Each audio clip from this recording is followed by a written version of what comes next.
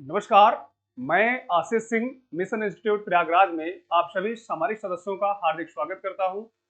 साथ ही साथ उम्मीद करता हूं कि आप सभी लोग स्वस्थ होंगे और पढ़ाई लिखाई की शानदार प्रक्रिया जारी होगी। दोस्तों, आप लोगों ने कल का जो लेक्चर अटेंड किया होगा उसमें आप लोगों ने देखा किस प्रकार से महत्वपूर्ण मरुस्थल के विषय में बातचीत की गई थी। और आज अगला टॉपिक जो होगा वो भारत के पर्वत के विषय में होगा, भारत की उच्च भूमि के विषय में होगा। उसके विषय में हम लोग बहुत ही शानदार तरीके से समझेंगे। ठीक है, तो आइए शुरुआत करते हैं। हम लोग देखिए, पहला क्वेश्चन आपके सामने स्क्रीन पर है। क्वेश्चन है, भारत की उत्तरी सीमा पर स्थित पर्वत है। देखिए, बहुत ही इंपॉर्टेंट क्वेश्चन है। भारत की उत्तरी सीमा पर स्थित पर्वत कौन सा है? अरावली दिया है, हिमालय दिया है, नीलगिरी दिया है और मैकाल दिया है।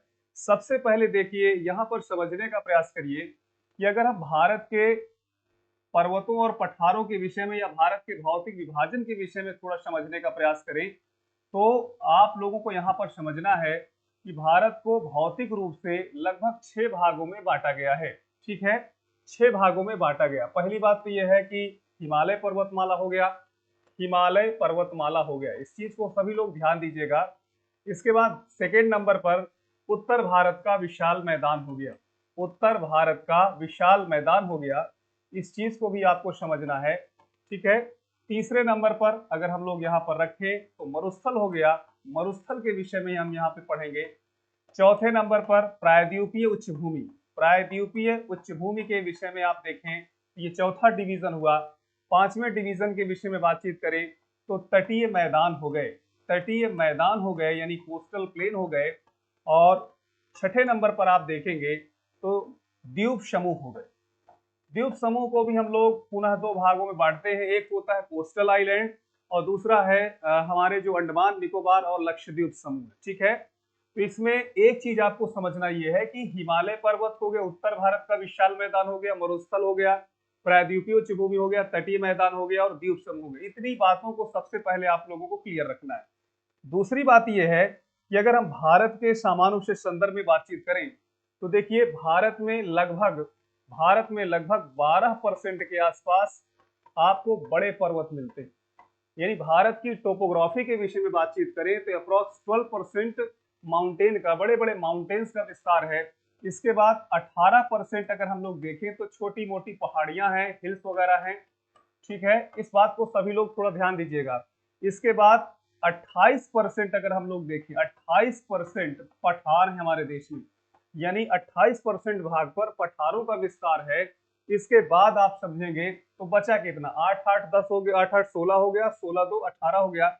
इसका मतलब यह है कि कहीं ना कहीं 42% के आसपास जो है मैदान हो गए। ठीक है, मैदान हो गए।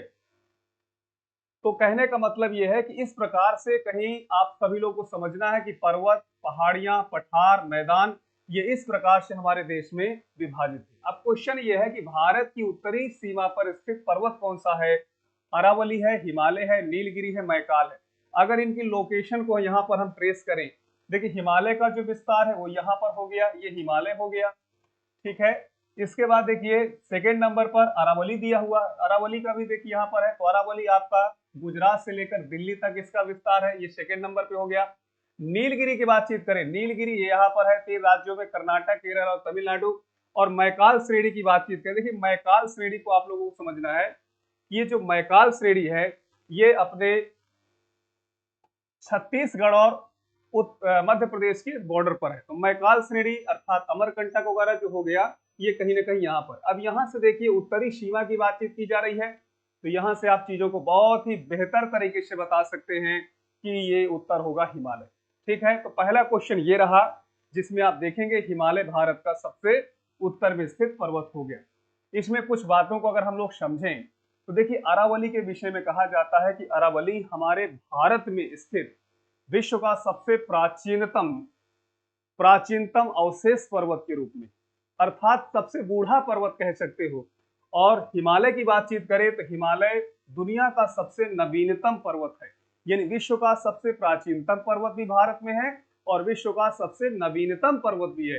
तो मान लीजिए कि कोई आपसे किताब से हट के बातचीत करे कि भारत में किन दो पहाड़ों को दादा और पोता की जोड़ी कहा जाता है, तो आप बता सकते हैं कि कि उम्र के लिहाज से अगर बड़ा कौन सा है तो अरावली है। इसका मतलब यह है कि ये दादा की भूमिका में हो गया, कौन सा, ये अरावली, और पोता की श्रेणी में आ गया, अर्थात उम्र में जो कम होगा वो आपका हिमालय होगा। तो दादा पोता की श्रेणी, दादा पोता की जोड़ी माना जाता है अरावली और हिमालय को। ठीक है, आइए अगले क्वेश्चन की ओर हम लोग चलते हैं। इसमें सही जवाब है बी ऑप्शन। अगला क्वेश्चन है, ध्यान दीजिएगा सभी लोग। प्रश्न है, हिमालय पर्वत एक मुख्य प्रकार है। किस प्रकार का हिमालय पर्वत है, इस बात को भी आपको समझना है। क्या ये ज्वालामुखी पर्वत है, वलित पर्वत है, ब्लॉक पर्वत है, या फिर अवशिष्ट पर्वत है? अगर इन चारों ऑप्शंस पर हम बातचीत करें तो देखिए, ज्वालामुखी जो पर्वत होता है, सीधी सी बात है कि उसमें से मैग्मा लावा बनकर बाहर निकलता है, और हमारे हिमालय में इस प्रकार की स्थितियां सामान्य रूप से पाई नहीं जाती हैं, इसलिए ये ज्वालामुखी पर्वत है ही नहीं। तो यहां से इसको आप काट दीजिए। वलित पर्वत की बातचीत करें, वलित पर्वत देखिए होता है मोड़दार पर्वत। मोड़दार पर्वत इस प्रकार से होता है, तो ये आपका सही है। हिमालय विश्व का सबसे नवीनतम मोड़दार पर्वत के रूप में है, अर्थात बी ऑप्शन को आप लोगों को सही करना है। ठीक है, बी ऑप्शन सही होगा। ब्लॉक पर्वत के विषय में बातचीत करें, ब्लॉक पर्वत जो होता है आप देखेंगे किनारे किनारे ये उठा हुआ होता है, और बीच में क्या होता है, ये धंसा होता है। तो ये जो उठे हुए भाग होते हैं उसी को कहते हैं ब्लॉक माउंटेन। अब देखिए, ज्वालामुखी पर्वत के रूप में अगर हम कहें तो कोटोपैक्सी है, ओजस डे सलाडो है, माउंट किलायू है, फ्यूजियामा है, ये बहुत ढेर सारे एग्जाम्पल इसके मिलते हैं। ठीक है, वहीं आप देखेंगे वलित पर्वत के रूप में आप देखेंगे तो रॉकी पर्वत हो गया, एंडीज पर्वत हो गया, हिमालय हो गया, आल्पस हो गया, ग्रेट डिवाइडिंग हो गया, इसके भी बहुत ढेर सारे उदाहरण मिलते हैं। एक चीज आप लोगों को समझना है कि जो वलित पर्वत होते हैं वह विश्व के सबसे ऊंचे पर्वत माने जाते हैं। विश्व के सबसे ऊंचे और विश्व के सबसे बड़े पर्वत लगभग माने जाते हैं वलित पर्वत। तो आप उदाहरण के रूप में देख सकते हैं कि जो एंडीज पर्वत है ये विश्व का सबसे लंबा पर्वत माना जाता है, लगभग 7000 किलोमीटर इसकी लंबाई है। और हिमालय की बातचीत करें तो हिमालय दुनिया का सबसे ऊंचा पर्वत माना जाता है। तो कुल मिला के आप कह सकते हैं कि इसमें बी ऑप्शन सही है।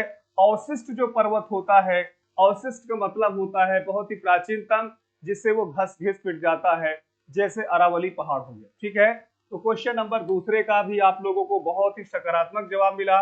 आइए अगले क्वेश्चन की ओर हम लोग बढ़ते हैं। अगले प्रश्न को हम लोग समझने का प्रयास करते हैं। क्वेश्चन को ध्यान से देखिएगा। क्वेश्चन है, भारत में सबसे ऊंची पर्वत चोटी कौन सी है भाई? भारत में सबसे ऊंची पर्वत चोटी कौन सी है बताइएगा।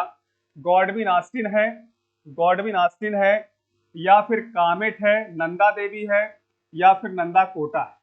देखिए, चार ऑप्शन को यहाँ पर रखा गया है। भारत की सबसे ऊंची चोटी के विषय में यहाँ पर आपको पूछ रहा है। तो यहाँ से देखिए समझने का प्रयास करें कि कुछ इस प्रकार से अगर हम लोग आगे बढ़ें तो देखिए, ये हो गया काराकोरम पहाड़। काराकोरम पहाड़ की सबसे ऊंची चोटी का नाम है केटू नाम है, याद रखिएगा, केटू या गॉडविन आस्टिन। गॉडविन आस्टिन नाम है भाई। तो ये भारत की सबसे ऊंची चोटी हो गई। ठीक है, बस ये है कि इसमें आप देखेंगे कि इस पर राजनीतिक रूप से जो इस समय अधिकार है वो पाकिस्तान का अधिकार है, क्योंकि ये पाकिस्तान ऑक्युपाइड लद्दाख के अंतर्गत आता है, कश्मीर के अंतर्गत आता है। तो चीजों को आपको समझना है कि यह सबसे ऊंची पर्वत चोटी है गॉडविन आस्टिन, लगभग 8611 मीटर इसकी ऊंचाई है। ठीक है, कामेट की बातचीत करें तो कामेट ऐसा नहीं है कि सबसे ऊंची है, ये आपका लद्दाख में स्थित है। नंदा कोटा और नंदा देवी, इन दोनों का संबंध आपका उत्तराखंड से हो गया। ठीक है, जिसमें आप देखेंगे नंदा देवी को भारत का बायोस्फीयर रिजर्व भी घोषित किया गया है, भारत का जैव मंडल आरक्षित क्षेत्र के रूप में भी इसे घोषित किया गया है। तो क्वेश्चन नंबर तीसरे का ए ऑप्शन आप सभी लोग सही करेंगे भाई। कैसा लग रहा है आप सभी लोग बताने का प्रयास करें। इसके साथ साथ एक महत्वपूर्ण जो सूचना है, सूचना यह है कि हमारे मिशन इंस्टीट्यूट परिवार में एसएससी जीडी की क्लासेस लगभग 25 तारीख से स्टार्ट होने वाली।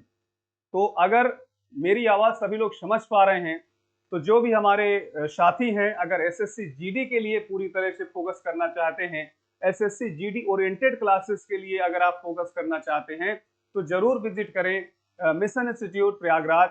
और ये लगभग 25 तारीख से स्टार्ट है, ये आगामी आने वाली जो 25 तारीख है इसी से क्लासेस आपको रनिंग में अवस्था में स्टेज में मिलेंगी। आप सभी लोग बिल्कुल आइए, अच्छे से पढ़िए लिखिए और एसएससी जीडी में अपनी एक जगह सुनिश्चित करने का प्रयास करें। ठीक है, ये एक सूचना है, इस चीज को आप लोगों को ध्यान देना है। अगला क्वेश्चन है question number 4। Question number 4, Bharat में हिमालय की सबसे ऊंची चोटी कौन सी है भाई? हिमालय की बातचीत हो रही है, हिमालय की सबसे ऊंची चोटी कौन सी है? अब इसमें देखिए नहीं दिया हुआ है गॉडविन ऑस्टिन, इसमें गॉडविन ऑस्टिन नहीं दिया हुआ, इस बात को आप लोगों को ध्यान देना है। क्या नंदा देवी है, नंगा पर्वत है, कंचनजंगा है या फिर धौलागिरी है? नंदा देवी अभी अभी मैंने बताया कि ये उत्तराखंड राज्य में स्थित है, उत्तराखंड राज्य में स्थित है। यह नंदा देवी उत्तराखंड राज्य में स्थित भारत का बायोस्फीयर रिजर्व के रूप में भी जाना जाता है। इसके अलावा भी आप देखेंगे तो केदारनाथ हो गया, केदारनाथ हो गया, बद्रीनाथ हो गया भाई, बद्रीनाथ, बद्रीनाथ हो गया, त्रिशूल हो गया, त्रिशूल हो गया, त्रिशूल का नाम शुरू होंगे। इसी प्रकार से नाग टिब्बा का नाम सुने होंगे, नाग टिब्बा, नाग टिब्बा, ये यहाँ पर स्थित प्रमुख पर्वत श्रेणियां हैं उत्तराखंड की।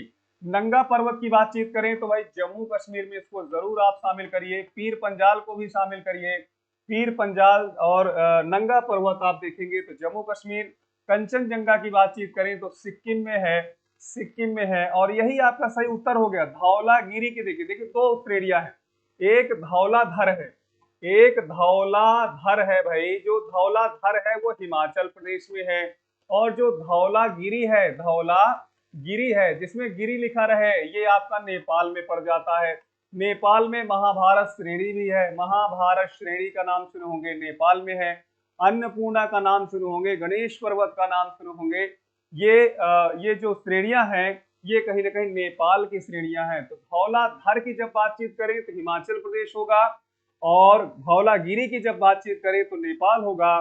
धौलाधर श्रेणी में ही आप देखेंगे तो शिमला है, कुफरी का नाम सुने होंगे, इसी प्रकार से डलहौजी है, धर्मशाला है, ये जितने भी हिल स्टेशन है ये कहीं ना कहीं यहाँ पर स्थित हैं। ठीक है, तो ये रहा क्वेश्चन नंबर 4। आइए हम लोग अगले क्वेश्चन की ओर चलते हैं। बहुत ही शानदार सेशन है, इस सेशन का आप सभी लोग लाभ उठाइए। जो भी एग्जाम होने वाला एसएससी जीडी का खास तौर पे अगर आप देखें तो पूरा का पूरा इसमें आपको लाभ मिलने वाला है। इसके अलावा जो भी एग्जाम है, चाहे एसएससी सीजीएल हो, एसएससी के अलावा रेलवे हो, बैंक हो, अगर जो भी एग्जाम हो, कहीं ना कहीं ज्योग्राफी का जो रोल है यहाँ से बहुत ही माइंड ब्लोइंग है, बहुत ही शानदार तरीके से चीजें पूछी जाती है। बस स्थिति ये होनी चाहिए कि हम बेहतर से बेहतर तैयारी करें। ठीक है, आइए क्वेश्चन नंबर 5 में चलते हैं। 5th क्वेश्चन आपके सामने है, भारत की कौन सी पर्वत श्रेणी नवीनतम है? देखिए इसमें नवीनतम की बातचीत हुई है, नवीनतम पूछा गया है। क्या सह्याद्री है या फिर अरावली है, हिमालय है या फिर सतपुड़ा है? देखिए मैंने आपको बताया था कि जो सह्याद्री है, ये सह्याद्री पश्चिमी घाट की श्रेणी को कहा जाता है। पश्चिमी घाट की श्रेणी को हम क्या कहते हैं? सह्याद्री कहते हैं। पश्चिमी घाट में पाए जाने वाले उष्णकटिबंधीय जो वन होते हैं उन्हें 16 वन कहा जाता है, इसको भी आपको ध्यान रखना है। और ये जो पश्चिमी घाट है उसके तटीय क्षेत्रों में काठियावाड़ कोस्ट है, कोंकण कोस्ट है, कनारा कोस्ट है और मालाबार कोस्ट है, ये कहीं ना कहीं शामिल होते हैं। ठीक है, तो सह्याद्री तो नहीं होगा। अरावली की बातचीत करें भाई, नवीनतम तो नहीं है। मैंने अभी अभी बताया कि अरावली को भारत का दादा कहा जाता है, उम्र में बड़ा है ना, तो भारत का दादा किसे कहेंगे? अरावली को कहेंगे, तो अरावली भी इसमें शामिल नहीं होगी। अरावली की सबसे ऊंची चोटी का नाम है भैया गुरु शिखर, गुरु शिखर नाम है, इस बात को सभी लोग ध्यान दीजिएगा। हिमालय इसका सही जवाब, हिमालय इसका सही है। हिमालय की सबसे ऊंची चोटी माउंट एवरेस्ट है, माउंट एवरेस्ट का नाम सुने होंगे।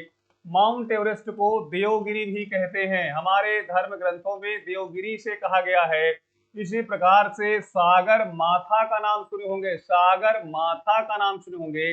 और चोमो लुंगमा, चोमो लुंगमा, इसको भी आपको समझना है। देखिए सबसे पहले बछेंद्री पाल भारत की पहली महिला पर्वतारोहण किए थे माउंट एवरेस्ट पर, जिनका नाम था बछेंद्री पाल। और यहाँ पर माउंट एवरेस्ट में 2 बार पहुंचने वाली भारत की जो महिला थी उनका नाम था संतोष यादव। तो याद रखिएगा, ये बहुत ही इंपॉर्टेंट पर्सनालिटी है, एग्जाम में कहीं ना कहीं पूछा जाता है।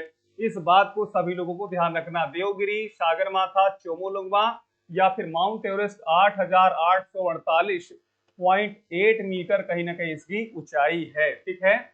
सतपुड़ा, देखिए सतपुड़ा की सबसे ऊंची चोटी का नाम है धूपगढ़। धूपगढ़ को आप सभी लोगों को याद रखना है। तो क्वेश्चन नंबर 5वें का जो सही जवाब है वो आपका सी ऑप्शन होना चाहिए। आप सभी लोग सी ऑप्शन को देख भी सकते हो। अगला प्रश्न आपके सामने ये रहा, ध्यान दीजिए। क्वेश्चन नंबर 6, क्वेश्चन नंबर 6 आपके सामने है। निम्नलिखित में कौन भारत का सर्वोच्च पर्वत शिखर है? भाई भारत का सर्वोच्च पर्वत शिखर है, एवरेस्ट है, नंगा पर्वत है, नंदा देवी है और कंचनजंगा है। सोचिए पहले, ये नहीं कि जबरदस्ती आप जवाब दे दीजिए। भारत का सर्वोच्च पर्वत पूछ रहा, शिखर पूछ रहा, तो भारत का देखिए आप सभी लोग को यहाँ पे ध्यान देना, कंचनजंगा ही सही है। अगर आप माउंट एवरेस्ट लगाओगे तो गलत हो जाएगा, क्योंकि माउंट एवरेस्ट की जो लोकेशन है वो कहीं ना कहीं नेपाल में है, इंडिया में नहीं है, नेपाल में है। इसलिए क्वेश्चन के हिसाब से अगर चले कि भारत का सर्वोच्च शिखर कौन सा होगा तो कंचनजंगा को लगाना है। अगर इसी जगह ये क्वेश्चन आता कि हिमालय का सर्वोच्च शिखर कौन सा है, तब जाके माउंट एवरेस्ट इसका सही जवाब होगा। ठीक है। देखिए थोड़ी सी हम कंचनजंगा के विषय में जरूर बात करना चाहेंगे। कंचनजंगा जो श्रेणी है वह है सिक्किम राज्य में स्थित है, सिक्किम राज्य में स्थित है। एक चीज ये है, यहाँ पर एक बहुत ही महत्वपूर्ण घाटी पाई जाती है जिसका नाम है यूथांग वैली। याद रखिएगा, यूथांग वैली नाम है।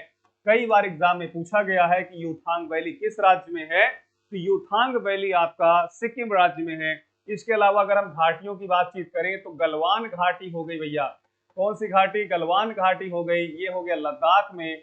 इसी प्रकार मरखा घाटी का नाम सुने होंगे, मरखा घाटी, ये भी आपका लद्दाख में हो गया। कश्मीर घाटी की बातचीत करें, कश्मीर घाटी ये जम्मू कश्मीर में हो गया। इसी प्रकार कांगड़ा घाटी हो गया, कांगड़ा हो गया, पिन घाटी हो गया, पिन घाटी हो गया, ये दोनों हिमाचल प्रदेश में है, हिमाचल प्रदेश में। इसी प्रकार पिंडर वैली हो गया भाई, पिंडर वैली का नाम सुने होंगे, फ्लावर वैली का नाम या फूलों की घाटी का नाम सुने होंगे। ये घाटियां दोनों उत्तराखंड में है, याद रखिएगा उत्तराखंड में हो गया भाई। इसी प्रकार यूथांग वैली की बातचीत करें, यूथांग वैली सिक्किम में हो गया। दिहांग दिबांग वैली, दिहांग वैली हो गया और दिबांग वैली हो गया, ये अरुणाचल प्रदेश में है। इसी प्रकार कोरबा वैली, कोरबा वैली की बातचीत करें तो ये भी अरुणाचल प्रदेश में है। और सुरमा वैली भाई, सुरमा वैली हो गया, रैंप वैली हो गया, रैंप वैली, सुरमा वैली, रैंप वैली, ये आपके असम में है। तो देखिए घाटियों से संबंधित अगर क्वेश्चन आ जाए तो आप सभी लोगों को मैंने बहुत अच्छे तरीके से देखिए यहाँ पर बहुत कम समय में बताने का प्रयास किया। आप इनको याद रखिएगा, एग्जाम में पूछा जाता है कि सुरमा वैली कहाँ पर है, फूलों की घाटी तो ज्यादातर एग्जाम में पूछा जाता है, पिन वैली पूछा जाता है। अच्छा इसके अलावा भी आप देखेंगे तो ढेर सारी घाटियां हैं हिमालय के इतर, है ना, हिमालय के इतर हैं। तो जब हमें मौका मिलेगा तो हम आपको उसको जरूर बताना चाहेंगे। ठीक है। तो इस क्वेश्चन का 6वें का जो जवाब रहा, ये जवाब है आपका डी ऑप्शन। क्वेश्चन नंबर 7वां, क्वेश्चन नंबर 7वें पे चलते हैं। प्रश्न है, ध्यान दीजिए, निम्नलिखित में कौन सी हिमालय की पर्वत श्रेणी असम राज्य में स्थित है? भाई असम राज्य में स्थित है, इस चीज को समझने का प्रयास करिए। असम राज्य में कौन सा है? नंदा देवी है, नंदा देवी है या फिर नामचा बरवा है, धौलागिरी है या फिर कंचनजंगा है। ठीक है, बहुत ही इंपॉर्टेंट क्वेश्चन देखिए आपके सामने आ गया, लेकिन पूछ रहा सिक्किम में होना चाहिए, सिक्किम में होना चाहिए। इस बात को सभी लोग ध्यान दीजिएगा। अगर इनकी लोकेशन को हम यहाँ पर रख दें, अगर इनकी लोकेशन को देखें, नंदा देवी की लोकेशन आप सभी लोग जानते हैं कि नंदा देवी की जो लोकेशन है यहाँ पर हो गई भाई, नंदा देवी आपका ये हो गया। ठीक है। नामचा बरवा की बातचीत करें, नामचा बरवा की बात यहाँ पर हो गई। तीसरे नंबर पे धौलागिरी है। देखिए धौलागिरी नेपाल में मैंने बताया था, धौलागिरी है ना। और इसके बाद कंचनजंगा है, तो कंचनजंगा आपका ये सिक्किम में हो गया। तो लोकेशन के हिसाब से अगर आप देखेंगे तो कंचनजंगा की लोकेशन भाई आपको सिक्किम में मिल रही है, सिक्किम इसका सही जवाब है। अगला प्रश्न यहाँ पर ध्यान दीजिए, निम्न हिमालय की उत्पत्ति भूसन्नति से हुई है भाई। हिमालय की जो उत्पत्ति हुई है वो भूसन्नति से हुई है। तो कौन सी भूसन्नति से हुई है? आप सभी लोग यहाँ पर ध्यान दीजिए, टेथिस, इंडो ब्रह्म, शिवालिक और गोदावरी।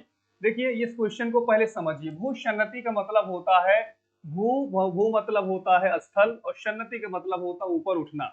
यानी कौन सा इसमें भूमि ऊपर उठा होगा जो हिमालय का आकार ले लिया होगा।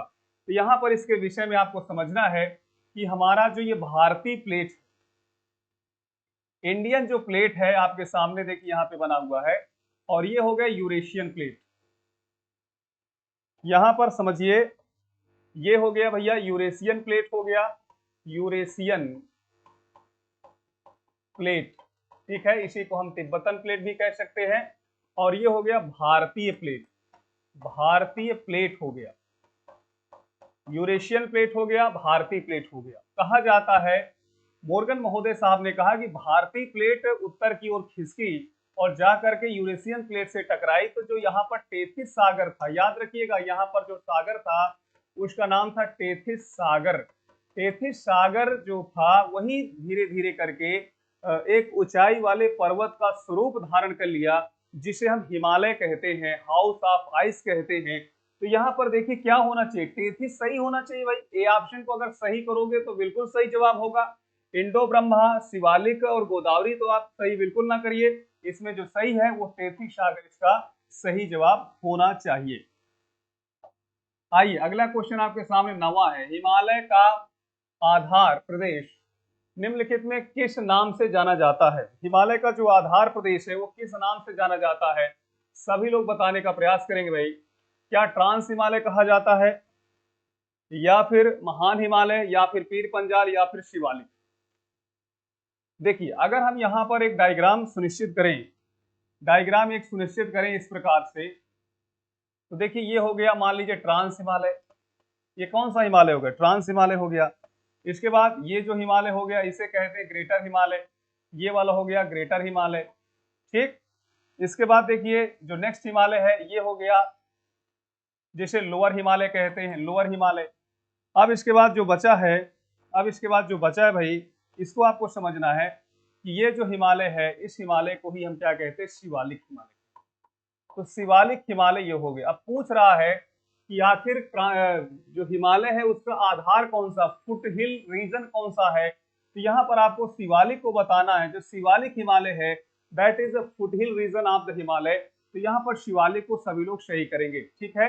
इसको हम लोग दूसरे स्तर से भी समझने का प्रयास करते हैं, दूसरे स्तर से भी समझने का प्रयास करते हैं। मान लीजिए कि ये हिमालय श्रेणी है, ठीक है, कुछ इस प्रकार से आप मान सकते हैं। मान लीजिए कि हिमालय पर्वत, हिमालय है, ये हिमालय माउंटेन हो गया, ठीक है। हिमालय माउंटेन में ये ट्रांस हिमालय हो गया, ये हो गया ग्रेटर हिमालय, ये हो गया लोअर हिमालय, और ये हो गया शिवालिक हिमालय। देखिए यहाँ से क्वेश्चन आता है कि ट्रांस हिमालय और शिवालिक हिमालय के बीच में जो जंक्शन पॉइंट है वो कौन सा है, तो उसे हम कहते हैं ITSZ, ITSZ कहते हैं। ITSZ का मतलब होता है इंडो तिब्बत सचर जोन। ध्यान दीजिएगा, ट्रांस हिमालय और ग्रेटर हिमालय के बीच में है। इसी प्रकार से सेकंड नंबर पे है MCT, याद रखिएगा मेन सेंट्रल थ्रस्ट। MCT का मतलब होता है मेन सेंट्रल थ्रस्ट, जो ग्रेटर हिमालय और लोअर हिमालय के बीच में स्थित है। इसी प्रकार से शिवालिक है, लोअर हिमालय और शिवालिक हिमालय के बीच में है MBF।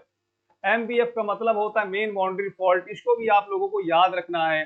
फिलहाल जो क्वेश्चन है, अगर सबसे उत्तरी पूछता तो चलो ट्रांस हम लगा देते, अब उत्तर तो पूछ नहीं रहा, फुट हिल रीजन पूछ रहा है। तो आप समझिए यहाँ पर शिवालिक इसका सही जवाब होगा।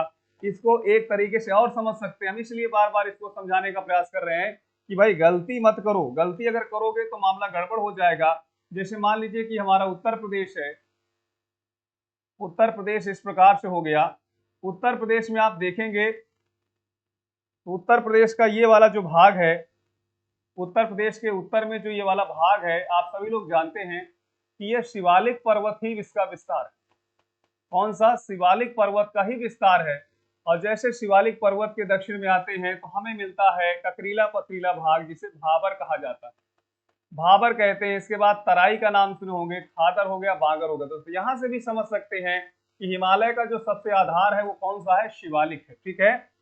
तो आइए अगले क्वेश्चन की ओर हम लोग बढ़ते हैं। उम्मीद है कि आप लोग इसको समझ गए होंगे, ठीक है। क्वेश्चन नंबर 10वां, क्वेश्चन नंबर 10वां आपके सामने है, नंदा देवी स्थित है। भाई नंदा देवी देखिए आया तो कई बार, लेकिन ये नहीं आया कि किस राज्य में स्थित है।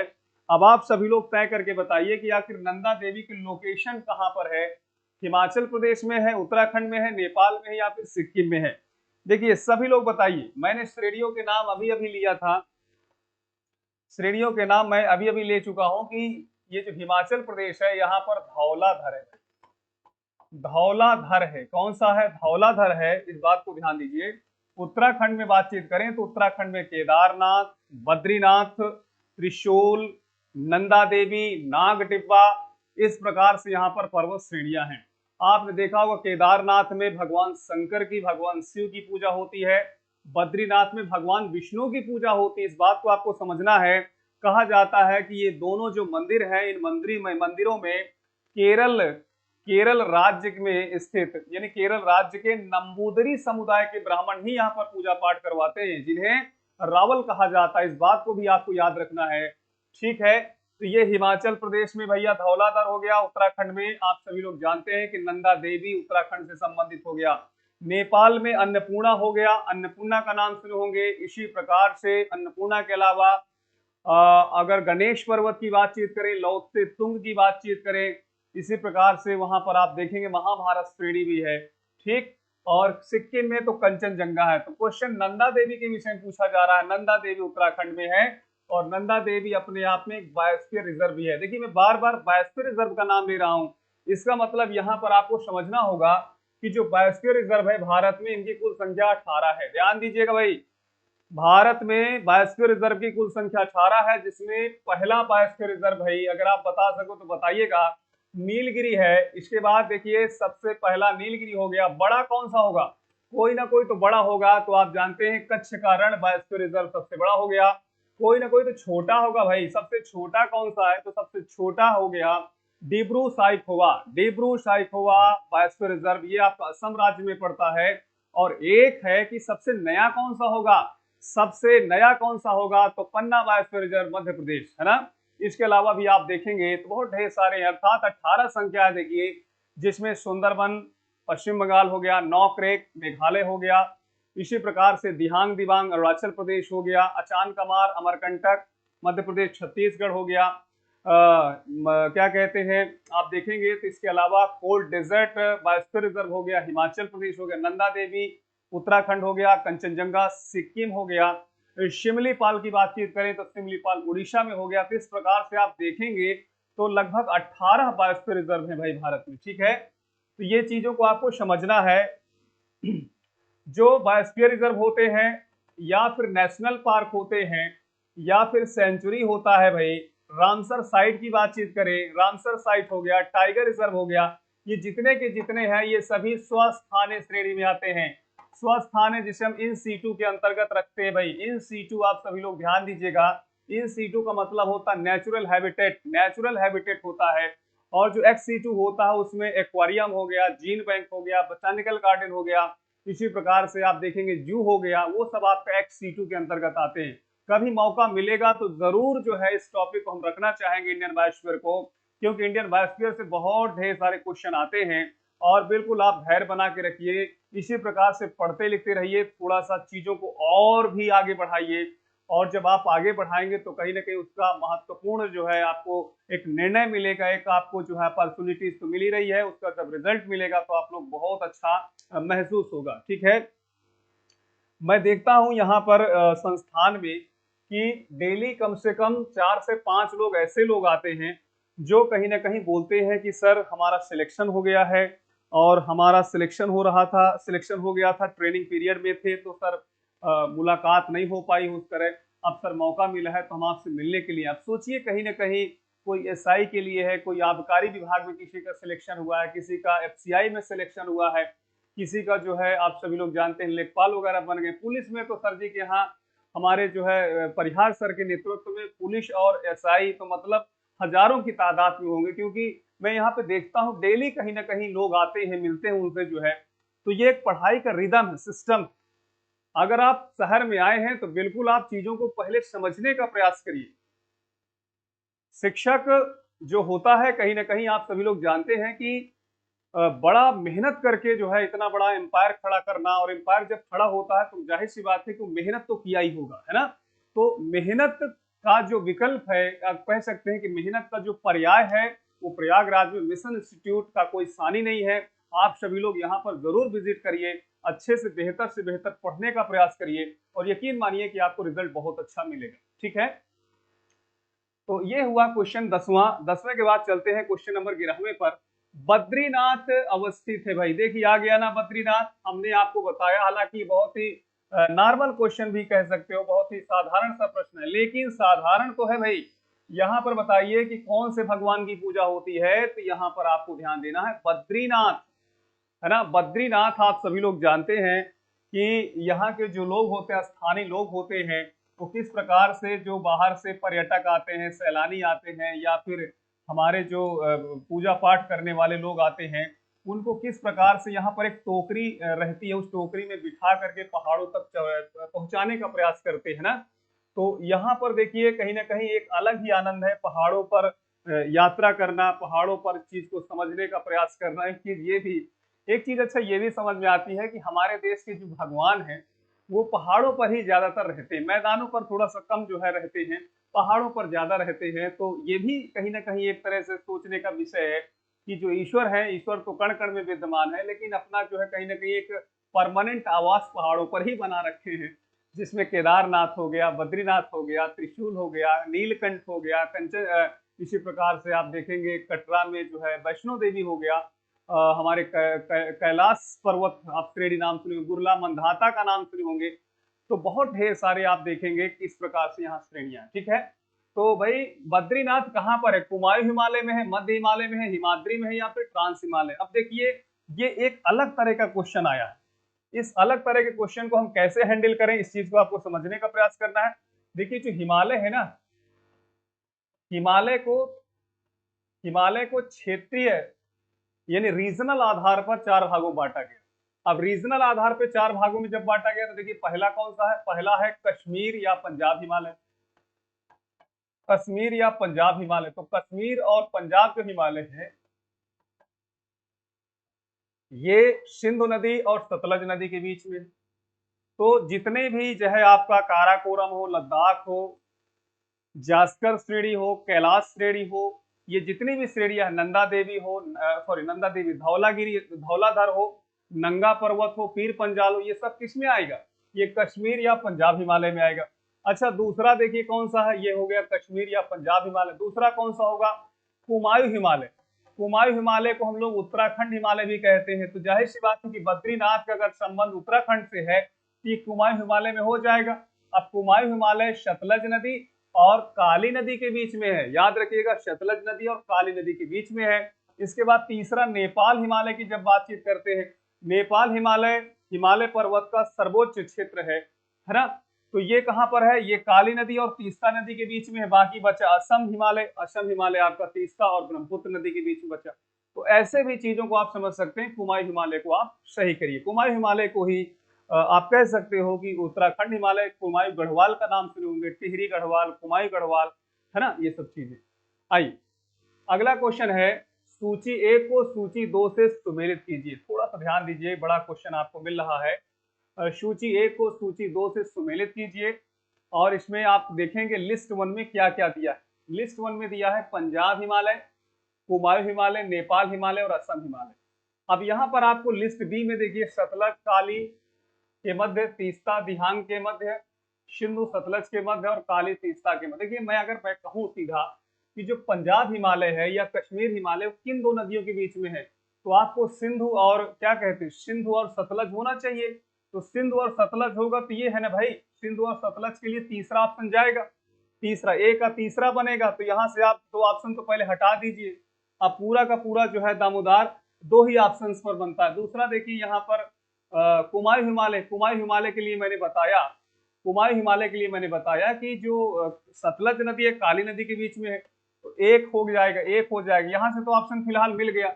सी ऑप्शन को देखिए नेपाल हिमालय, मैंने अभी अभी आपको बताया कि जो काली नदी है तीस्ता नदी उसके बीच में, तो काली तीस्ता भाई कहाँ दिख रही है, काली और तीस्ता ये दिख गई, काली और तीस्ता चौथा नंबर। और बाकी बचा हुआ क्या है, असम हिमालय जो तीस्ता और दिहांग के बीच में।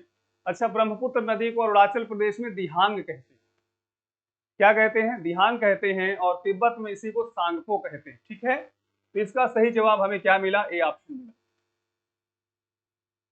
अगला क्वेश्चन आपके सामने है, ध्यान दीजिएगा। 13वां क्वेश्चन है, हिमालय में हिम रेखा निम्नलिखित में किसके बीच होती है? भाई हिम रेखा की बातचीत हो रही है, आइसोलाइन की बातचीत हो रही है, चीजों को समझिए ध्यान से। इसमें लिखा है 5400 मीटर से लेकर 6000 मीटर, 400। देखिए एक चीज पहले समझिए, इसको छोड़िए। स्नो लाइन का मतलब होता है, स्नो लाइन का मतलब क्या होता है? स्नो लाइन का मतलब होता है हिमाच्छादित क्षेत्रों को मिलाने वाली रेखा, यानी जो स्नो कवर्ड रीजन होते हैं उसको मिलाने वाली रेखा को आइसोलाइन कहते हैं। और हिमालय में बर्फबारी ज्यादा से ज्यादा कहां पर होगी? ज्यादा से ज्यादा बर्फबारी आप सभी लोग जानते हैं ये आपके क्षेत्र में होगी, अर्थात ज्यादा ऊंचाई वाले क्षेत्र में होगी, क्योंकि ऊंचाई बढ़ने पर टेम्परेचर में कमी आती है, ये क्षोभ मंडल के विषय में कहा गया है। यानी हमारी जो पृथ्वी है, इस पृथ्वी के चारों तरफ जो एयर ब्लैंकेट की तरह, हवा के कंबल की तरह जो वायुमंडल है, उसी को हम क्या कहते हैं? एटमॉस्फेयर कहते हैं, वायुमंडल कहते हैं। ये हमारी पृथ्वी को ना तो बर्फ का गोला बनने देता है और ना ही आग का गोला बनने देता है। अच्छा, बर्फ का गोला बन जाए तो भी लाइफ एग्जिस्ट नहीं करेगा, और अगर आग का गोला बन जाए तो भी समस्या है। तो इस एटमॉस्फेयर को हमने कई लेयर में बांटा। आप देखेंगे तो सबसे जो निचली लेयर है उसे क्षोभ मंडल कहते हैं, और क्षोभ मंडल में आप देखेंगे lapse rate of the temperature, यानी टेम्परेचर का गिरावट होता है। 1 डिग्री टेम्परेचर गिर जाता है 165 मीटर की ऊंचाई जाने पर। तो इसलिए आप देखेंगे इसके लिए ये ऑप्शन सही होगा। अगला प्रश्न आपके सामने है, प्रश्न को ध्यान समझिए। निम्नलिखित में कौन सी पर्वत चोटी संसार की दूसरी सर्वोच्च पर्वत चोटी है? भाई संसार की दूसरी, अच्छा इसमें देखिएगा संसार की दूसरी होना चाहिए इसमें। तो पहला है गॉडविन ऑस्टिन, दूसरा है कंचनजंगा, तीसरा है नंदा देवी, चौथा है नंगा पर्वत। देखिए ये सर्वविदित है, ये सब लोग जानते हैं कि जो हिमालय है, हिमालय की सबसे ऊंची चोटी का नाम है माउंट एवरेस्ट। माउंट एवरेस्ट दिया, माउंट एवरेस्ट तो दुनिया की भी सबसे ऊंची चोटी है।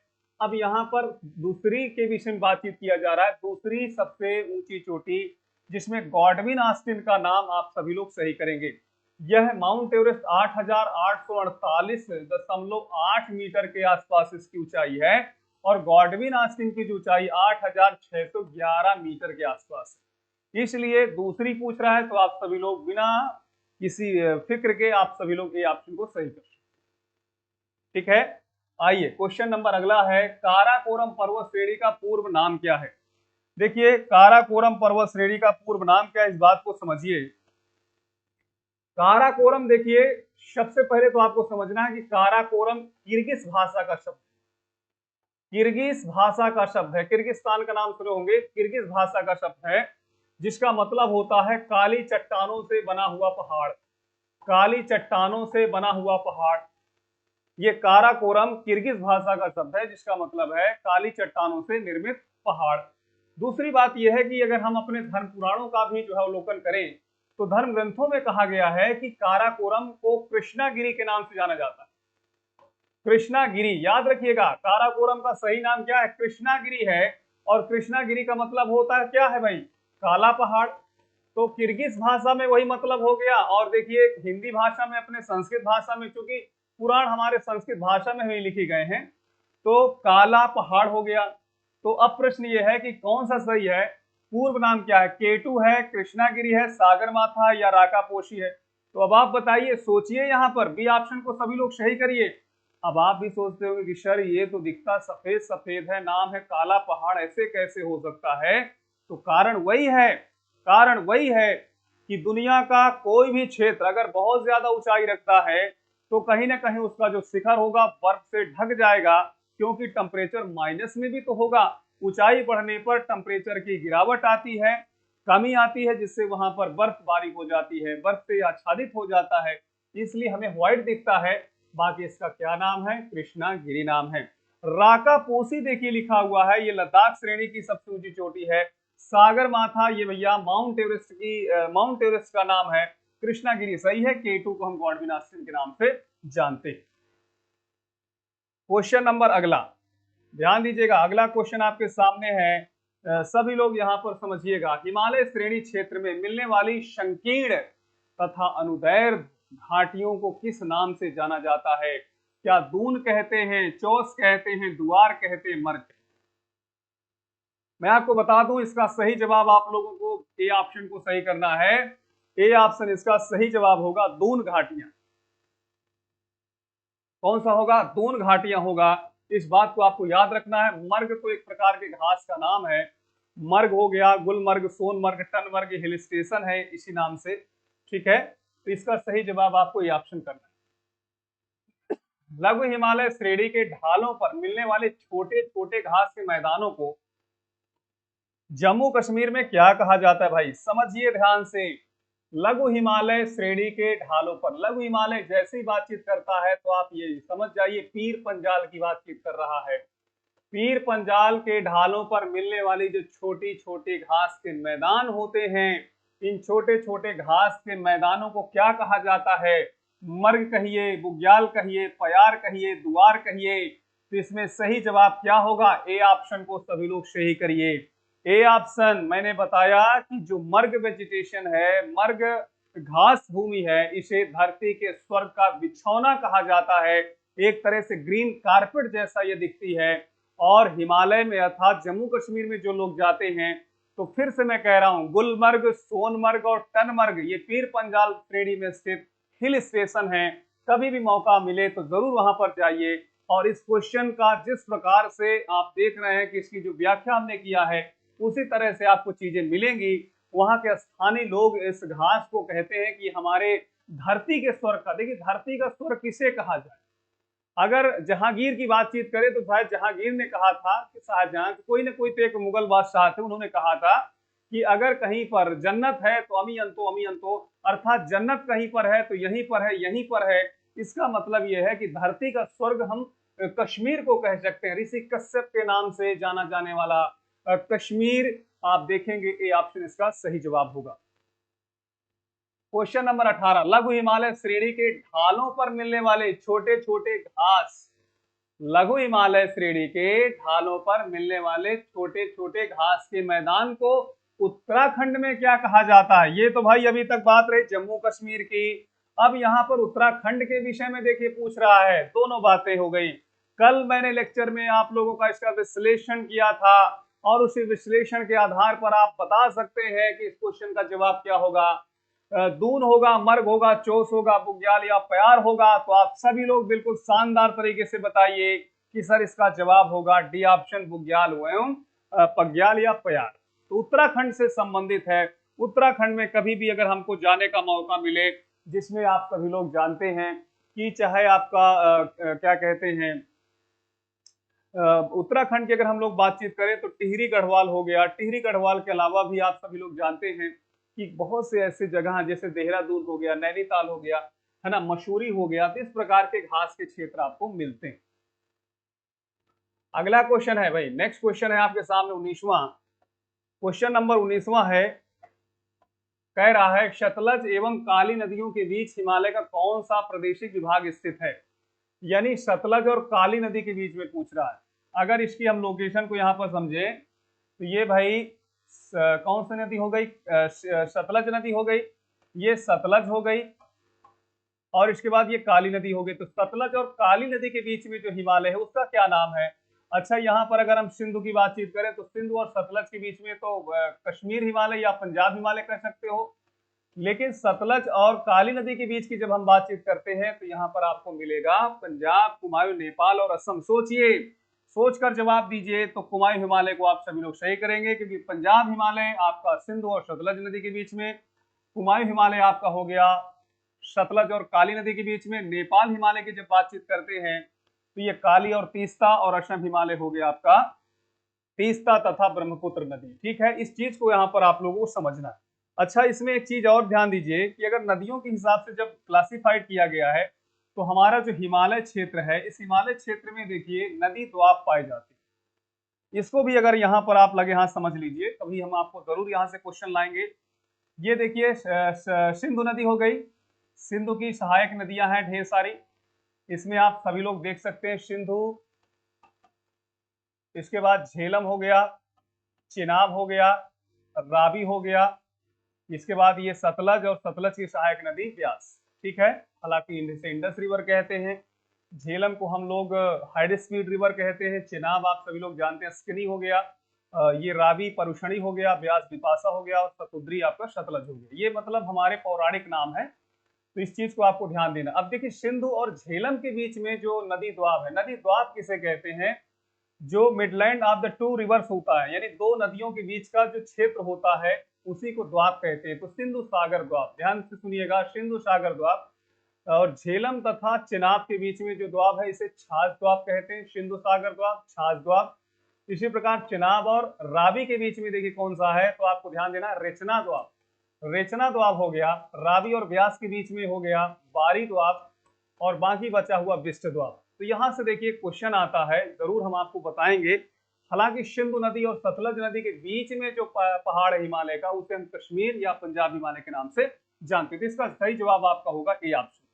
और साथियों, ये रहा आज का अंतिम क्वेश्चन, सभी लोग ध्यान दीजिएगा। क्वेश्चन है, काली एवं तीस्ता नदियों के बीच, काली एवं तीस्ता नदियों के बीच हिमालय का कौन सा प्रादेशिक विभाग स्थित है? कौन सा प्रादेशिक विभाग स्थित है? पंजाब हिमालय है, नेपाल हिमालय, असम हिमालय और कुमाऊं हिमालय।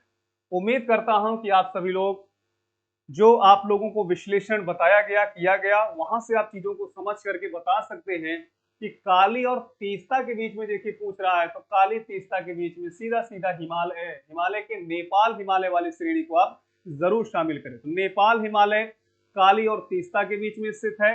बाकी ये तो आप सभी लोग बहुत अच्छे तरीके से जानते हैं। ठीक है, कैसा लगा जरूर आप सभी लोग बताने का प्रयास करेंगे। आज यहीं तक, जय हिंद।